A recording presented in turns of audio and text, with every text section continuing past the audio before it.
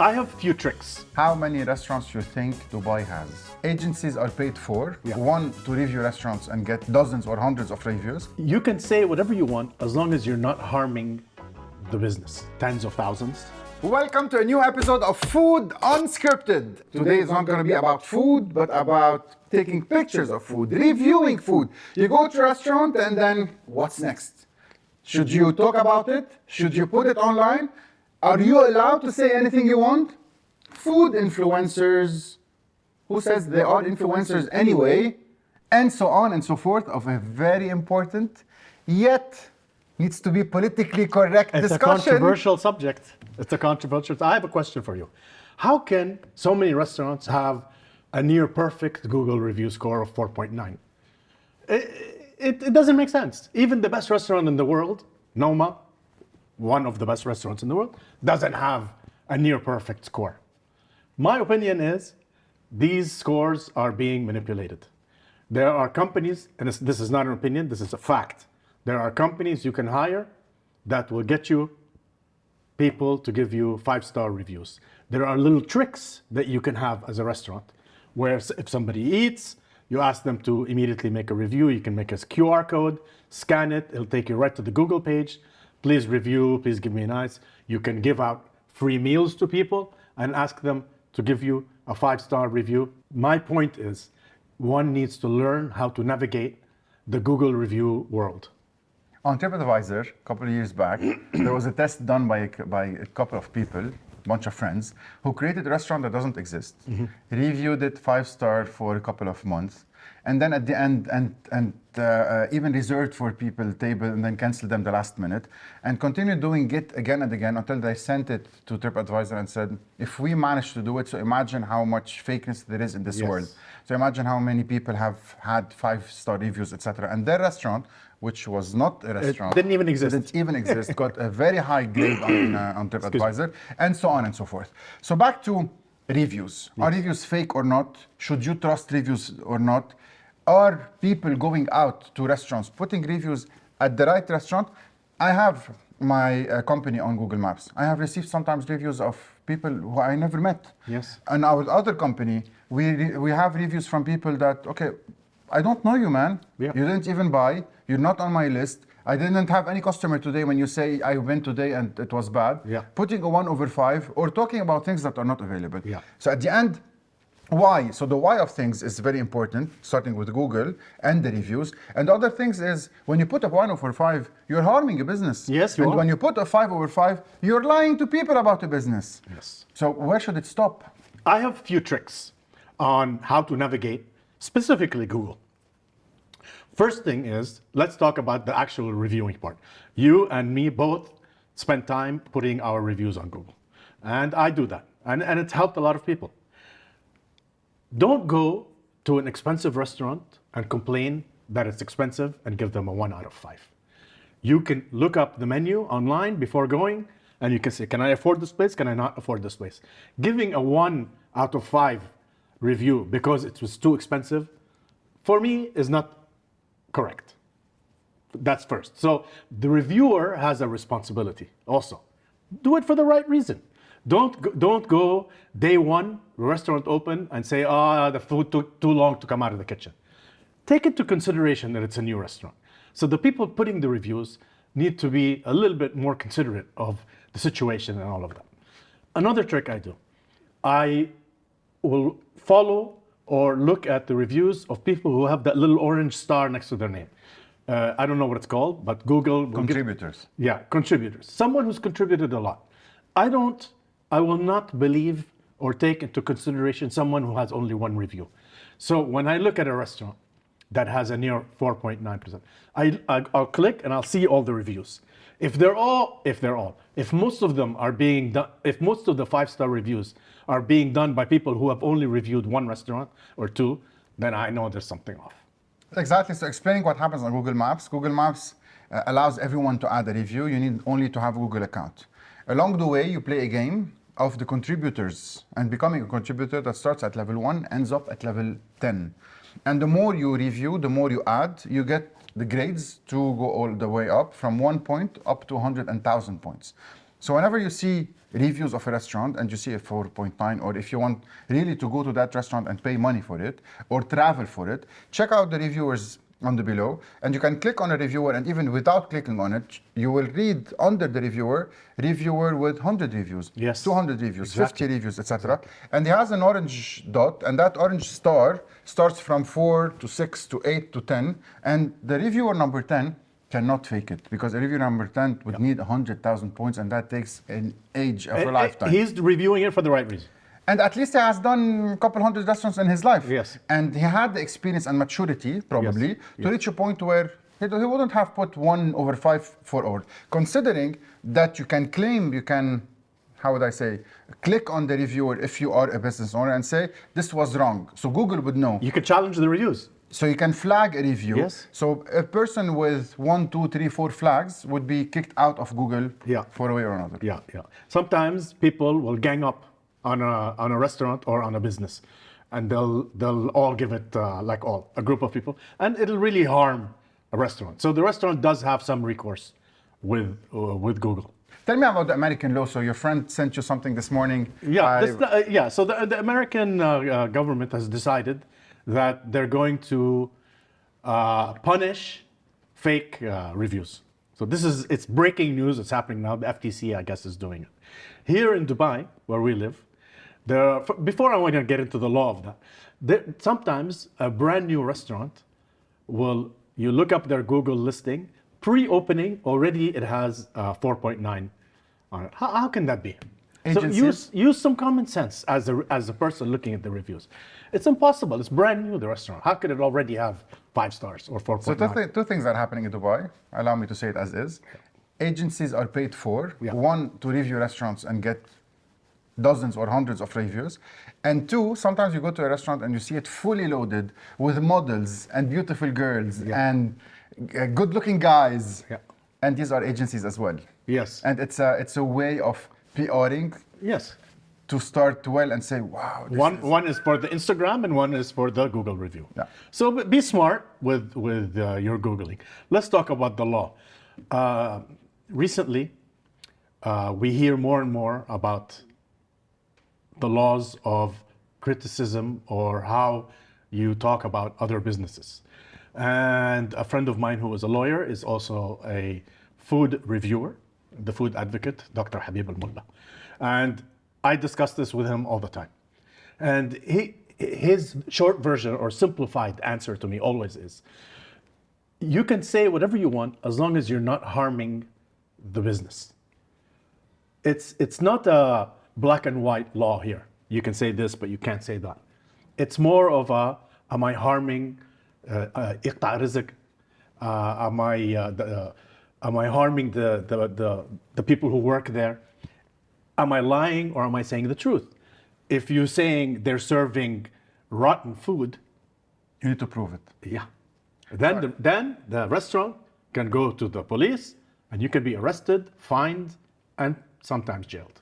So I'll give you my personal opinion since 2012 when I started my food blog. And it started as a food blog and it was new to the country in Lebanon.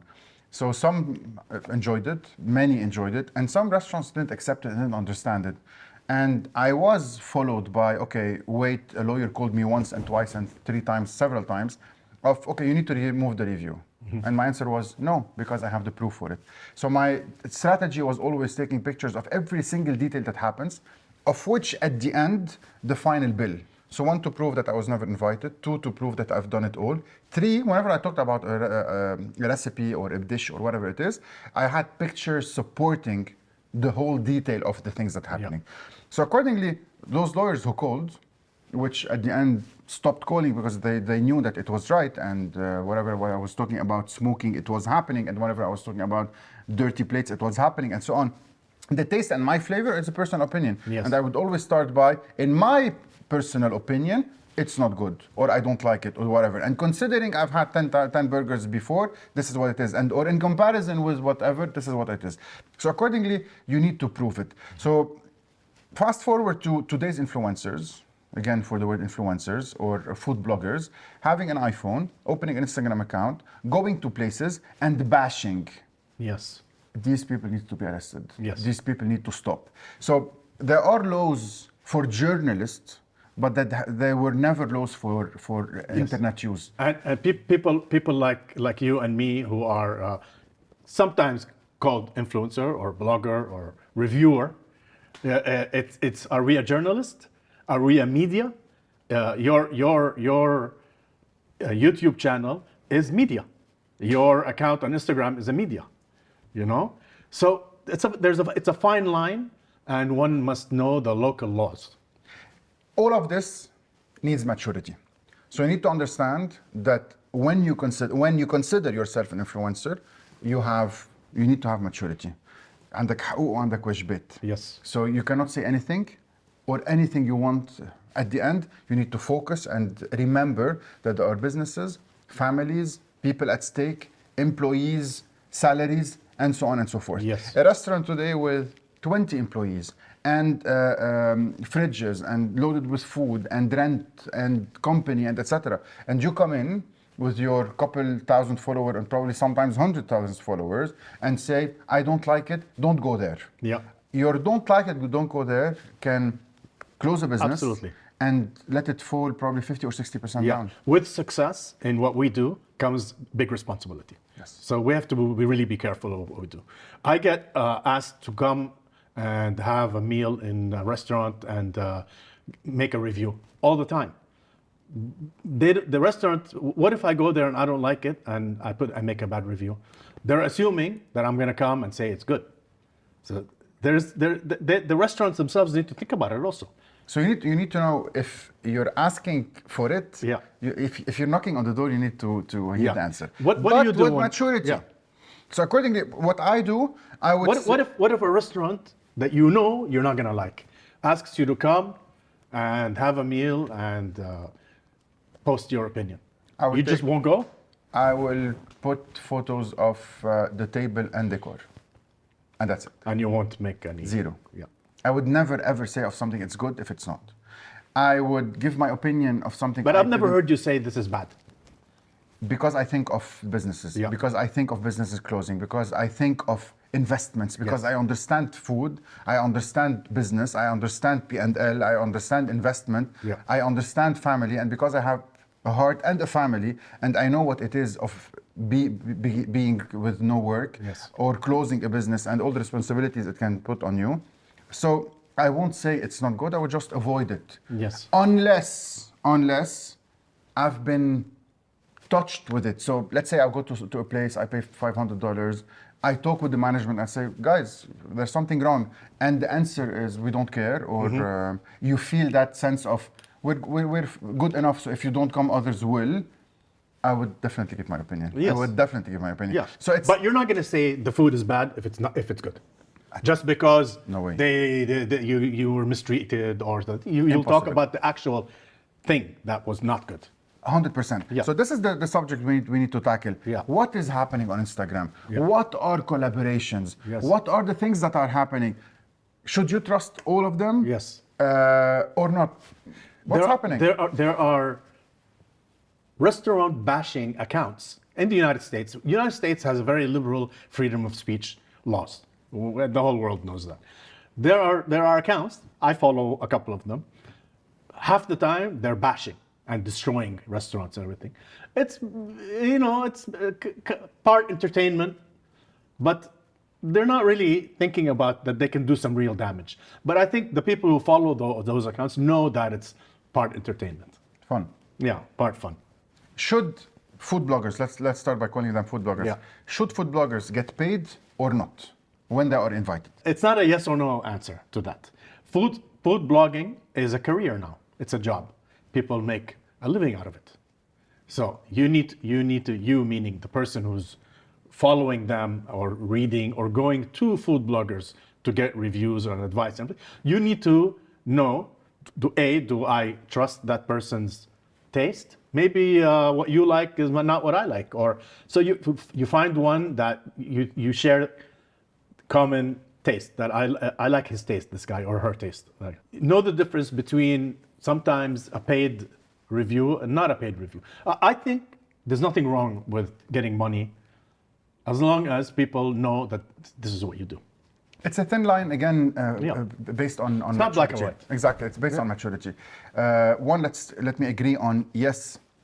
People need to have a living out of it. They have families, they have careers. They have chosen to take that path, and not probably a 8 to 5 job. Yes. So accordingly, you need to understand that those people have iPhones or phones to buy, cameras to buy, editing softwares to buy, time allocation. Their body is eating all day long, so their body is aging faster. This is something we do not talk about. They have to pay for their kids' schools. 100%. We spoke about this one. They have to pay for their food, etc., transportation, and so on. Yeah. So yes, it's normal. Or they need to get ads and do all their food reviews for free, or they need to get paid and get approached by restaurants who, at the end of the day, are getting the exposure enough to pay for that money and to have the advertisement. Yes. But yet, should you be a liar? Should you be a food connoisseur and say that you like it or not, etc., etc.? So this is the thin line where you need to know who you are. Yeah. So get paid, but don't pretend you understand food. Yeah. And say, I am advertising this place, but stop at food is good or bad. Stop at their hummus is the best in town. Stop at they are the best whatever restaurant in town. Yeah. So some, and mostly almost all of them, need to understand you are a promoter. It's your right to get paid. Yes. You are not a food connoisseur. You're not a food expert. And you're not a foodie. Yeah. So we hear words like the best out there, the finest. How many burgers have you had in your life, my friend? Yes. How many hummus have you had in your life? Tell me who your culture, what your culture is. Tell me where you have been educated. So accordingly, you, dear consumer, when you hear things, know who to trust and what to trust. Yes. And I love some accounts I follow on Instagram, of which one Kuwaiti I really enjoy, never pretends he knows about food, but he eats so well.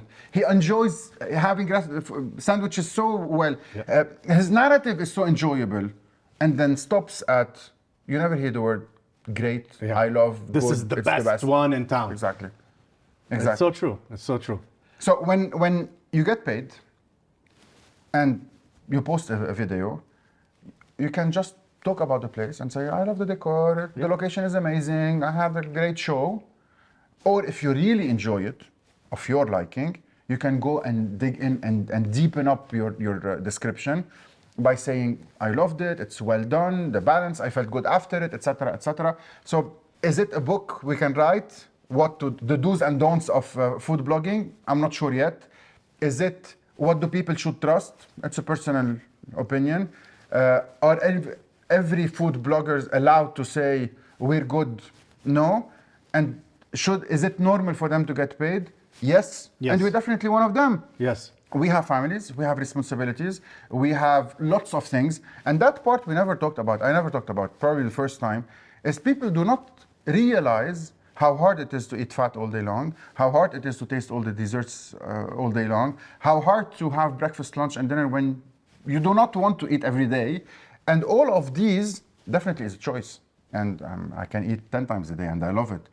But it builds up to how much can the body handle. And usually singers or artists or actors stop at a certain age because it reaches too much. This job, so-called, is new, the food blogging industry. Yes. So when is it too much? When would you be obliged to stop? And would the followers look at you and say, "Yeah, haram, he had too much food in his life. He's probably eating, poor guy, he's having the caviar. He's having too many medications now, and we need to stand by him and send him some donations." Yeah. So this what we're talking about is very, the timing of it is very, very critical for me, because this is the year that I'm switching from doing this as a hobby or an obsession into a professional. I'm transitioning into going professional, and I'm still trying to figure out how to go about it.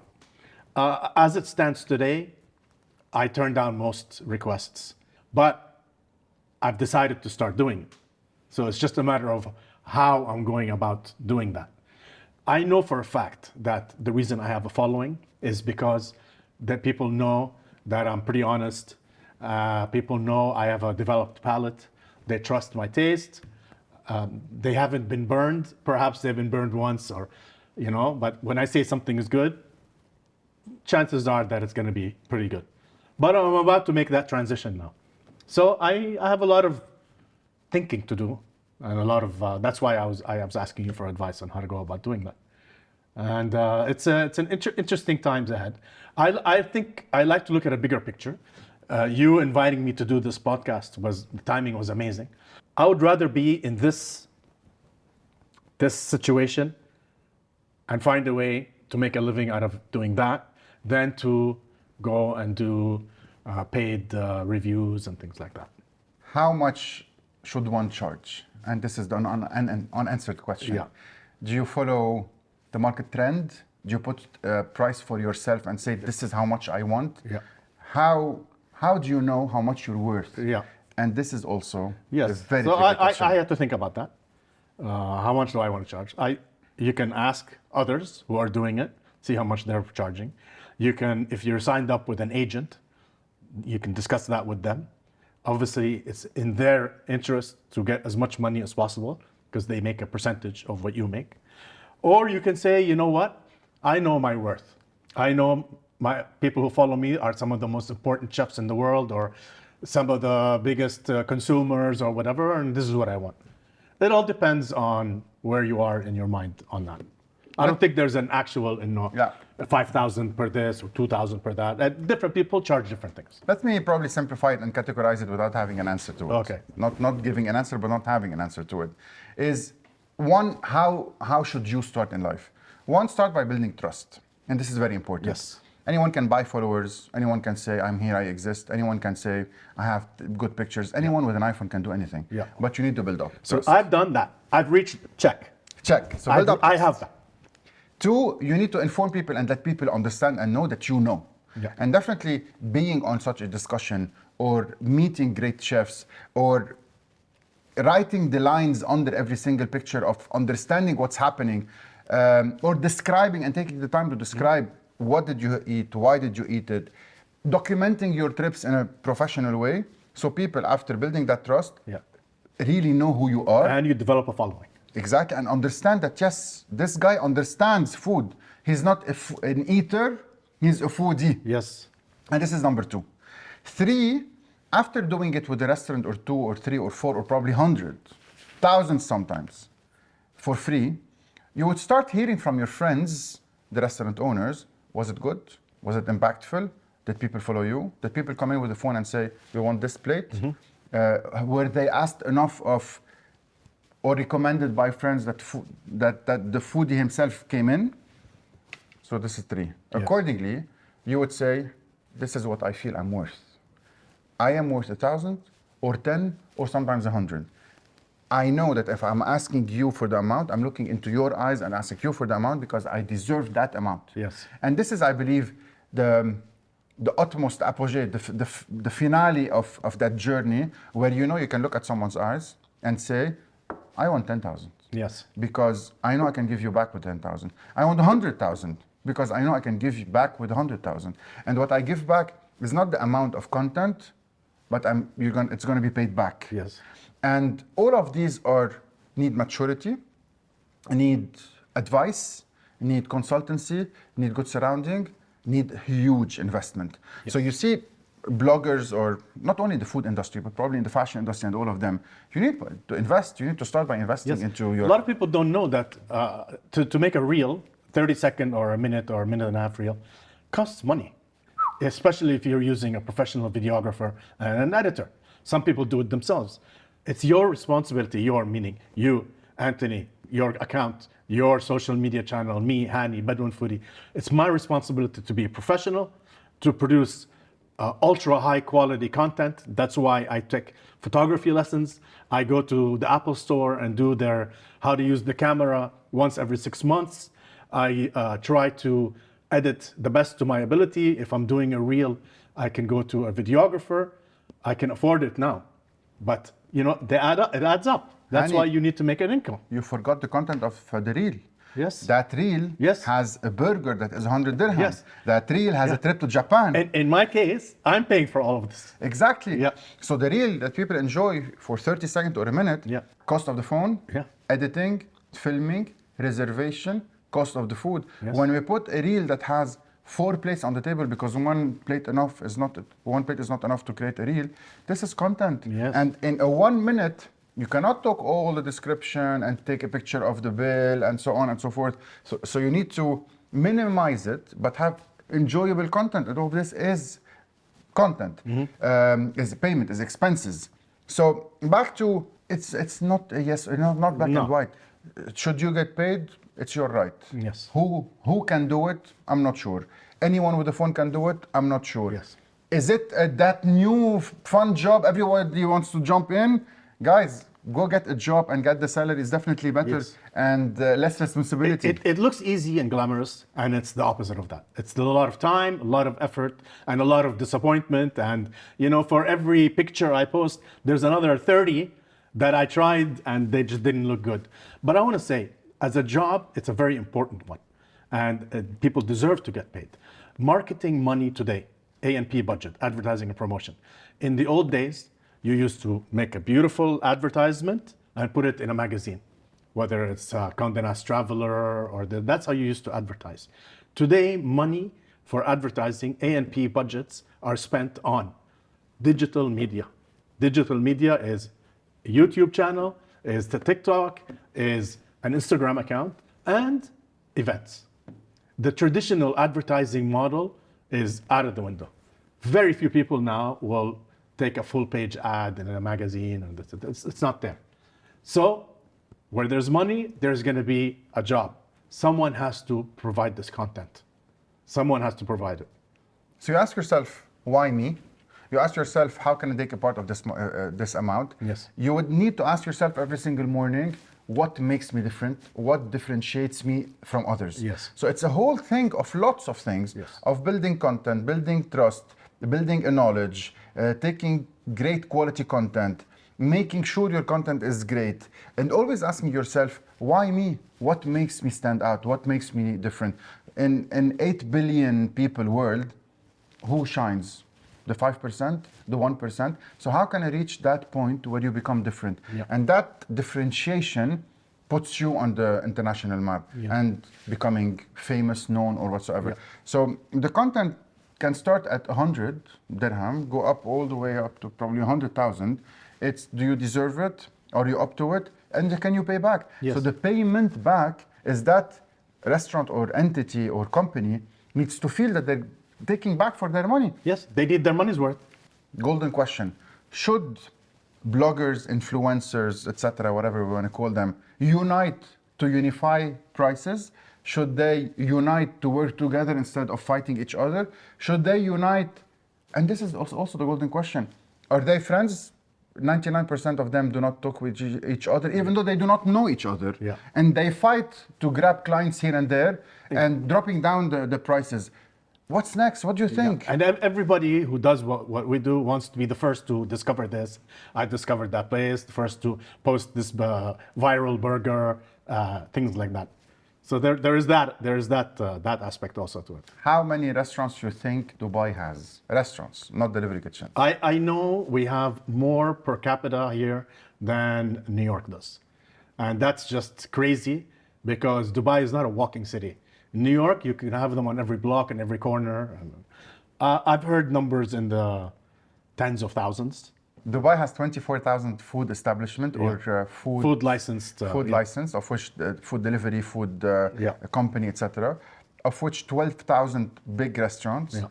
Talabat has 18,000 cloud kitchen and restaurants on the application. Imagine. So imagine that opening an application and saying, now I'm going to order food. Yeah. It's not the few dozen around you. You can scroll all in your region, between 2,000 to 3,000 in your region. Yeah. Considering the UAE has 18,000. So imagine the numbers. So these restaurants, they need to find a way to stand out and to reach the customer. And they do it through bloggers, through influencers. Let's say my restaurant is, I want to reach masses. Then I know who to go to. If you want to reach high-end diner or the sophisticated customer or something, there's a different person to do for that. So that's how you can pick who to choose. It took me 8 years to reach 31,000 followers. But you know what? I know I have very high quality followers. I'm not the right person to go to if you want to open a burger place or a hot dog place and you want to attract tens of thousands of people and cause hysteria and a viral and this. I'm not the right person. You'll be wasting your time and money coming to me. Definitely. So you need to identify yourself where you are and who are your clients. Your niche. Find your niche. Find your niche. And then comes social media channels. Where should one advertise? Yeah. Is your content good for TikTok? Is your content good for Instagram? Should be on Twitter, tweeting every day? Are you a YouTube person or not? And this is the golden question, because people come in and say, I have a phone, I'm starting to spread on TikTok. Is TikTok for your age? Yep. Can you play the TikTok game? Yes. Or I'm gonna do Reels on Instagram, it's easy, it takes 5 minutes, let me do that. Can you reach Instagram? Is Instagram today a photo platform for photographers? Is it a video platform?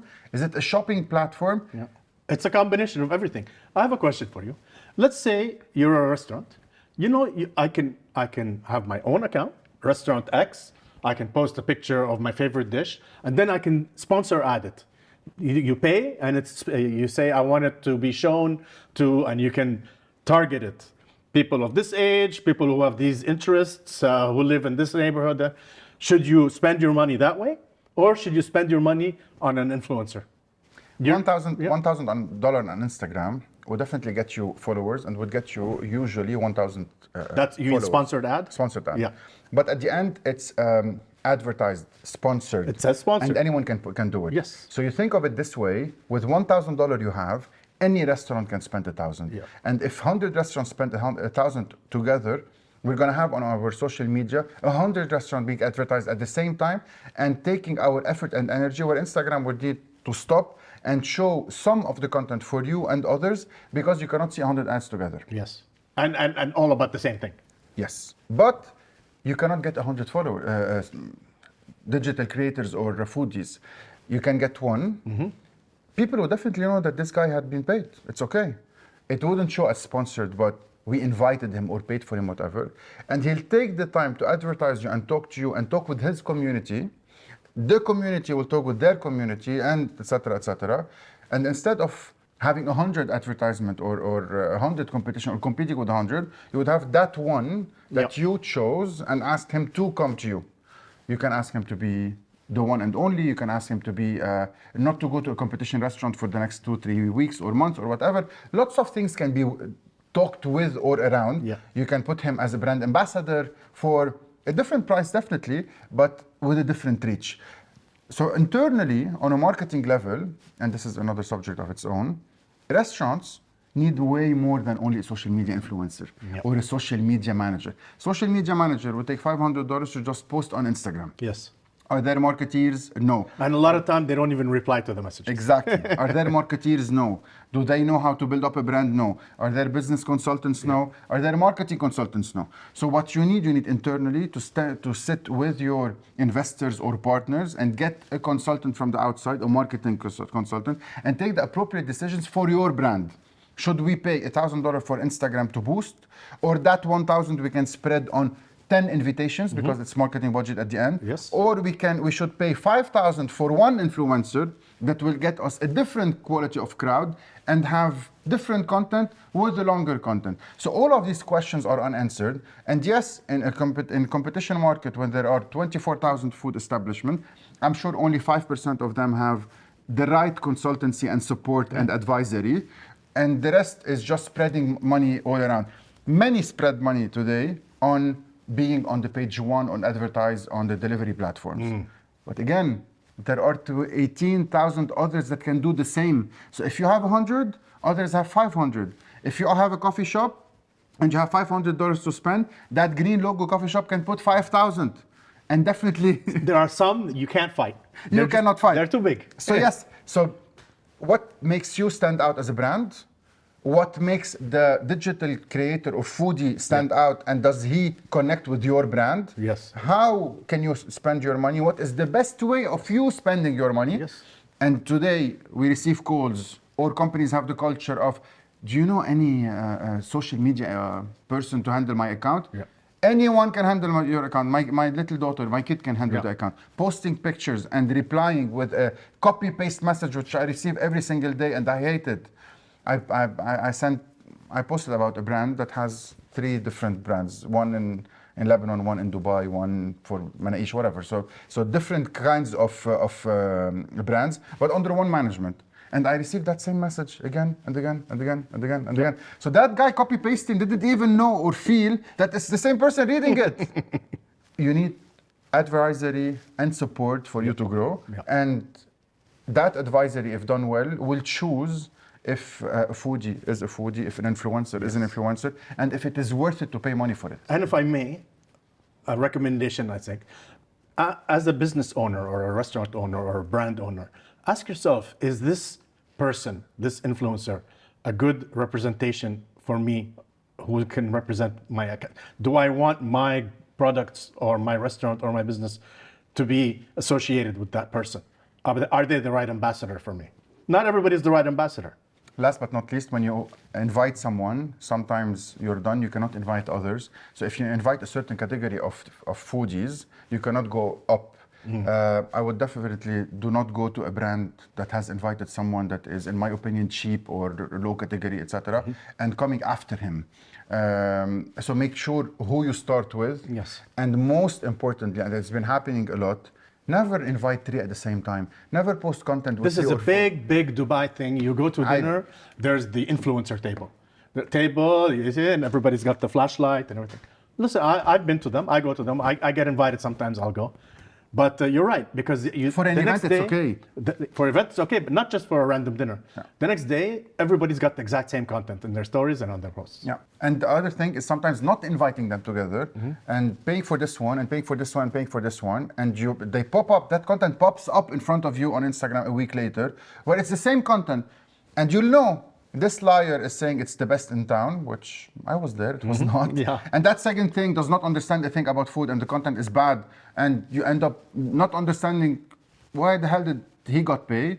And the third one has a classier approach and a longer video and different music, but probably got less views. So the first one gets more views because he did the clown show.